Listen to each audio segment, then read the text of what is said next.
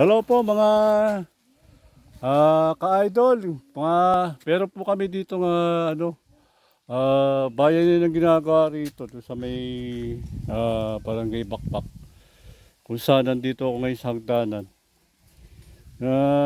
Sana po kusang loob na magbigay doon sa gagawin naming project ng hagdanan. Arito po kami sa may Bakbak, sa may Tanay.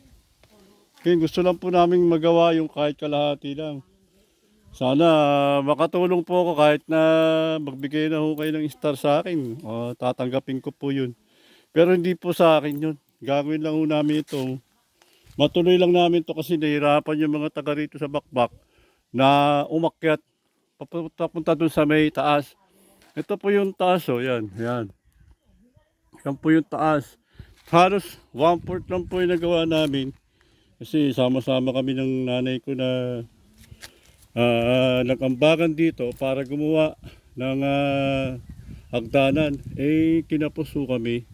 Ngayon, ginawa ko kahit na tulong lang ako, magbigay ako ng kusang loob para maayos ulit yung hagdanan dito.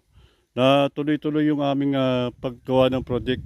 Kasi kahit ako na lang mag-volunteer, nagawa nito ng mga hagdanan. Sa Tanay po ito. Kung mapapansin nyo, ito, napakaganda po dito sa Tanay. Ayan. Yung iba po, kapos naman po sa pagbibigay ng ng mga ayuda. Kaya po nananawagan po ako sa mga may puso dyan na sana po magtiwala lang kayo sa akin na gusto ko talaga itong magawa itong hagdanan na to. Ito po. Sana po matugunan